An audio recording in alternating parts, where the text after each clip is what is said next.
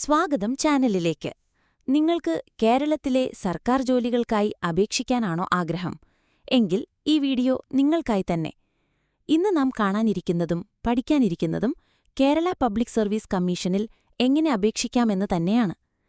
Kerala public service commission, അതായത് Kerala PSC, സംസ്ഥാന സർക്കാരിന്റെ വിവിധ വകുപ്പുകളിൽ ഒഴിവുള്ള ജോലി പൂരിപ്പിക്കാൻ പരീക്ഷകൾ നടത്തുന്ന ഒരു സർക്കാർ ഏജൻസിയാണ്. PSC വഴി ലഭിക്കുന്ന ജോലികൾ ശാശ്വതമായവയും പെൻഷൻ ഉൾപ്പെടെയുള്ള എല്ലാ ആനുകൂല്യങ്ങളുമായി വരുന്നവയുമാണ്. PSCയിൽ അപേക്ഷിക്കാനായി ആദ്യം നിങ്ങൾക്ക് ചെയ്യേണ്ടത് വൺ ടൈം രജിസ്ട്രേഷൻ ആണ്.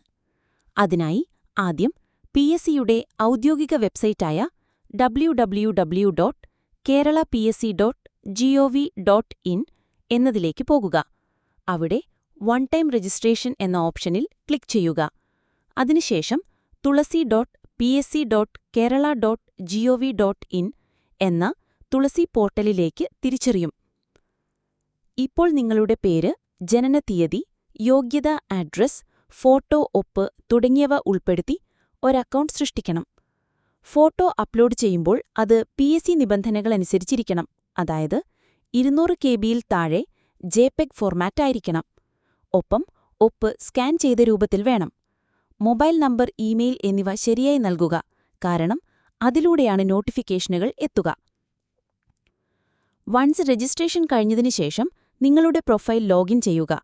അതിനുശേഷം അപ്ലൈ നൗ എന്ന വിഭാഗത്തിൽ പുതിയ അവസരങ്ങൾ കാണാം. നിങ്ങളുടെ യോഗ്യത അനുസരിച്ചുള്ള ജോലികൾ തിരഞ്ഞെടുക്കുക.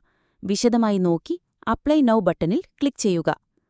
അപേക്ഷയുടെ അവസാന തീയതികൾ ശ്രദ്ധിക്കുക. ആ സമയത്തിനുള്ളിൽ അപേക്ഷ നൽകേണ്ടതാണ്. അപേക്ഷ നൽകിയതിനുശേഷം നിങ്ങൾക്കൊരു കൺഫർമേഷൻ SMS, ഇമെയിൽ ലഭിക്കും. പരീക്ഷ നടത്തപ്പെടുമ്പോൾ PSC തുളസി പോർട്ടലിൽ അഡ്മിറ്റ് കാർഡ് ഡൗൺലോഡ് ചെയ്യാം. പിന്നീട് പരീക്ഷ എഴുതുന്നതും റിസൾട്ട് അറിയുന്നതും എല്ലാം തുളസി പോർട്ടലിൽ നിന്നാണ്.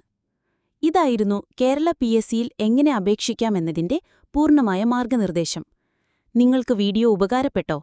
എങ്കിൽ ലൈക്ക് ചെയ്യാനും ചാനൽ സബ്സ്ക്രൈബ് ചെയ്യാനും മറക്കല്ലേ. PSC പരീക്ഷകൾക്ക് മികച്ച വിധത്തിൽ തയ്യാറെടുക്കാൻ കൂടുതൽ ഉപദേശങ്ങളുമായി വീണ്ടും കാണാം. നന്ദി.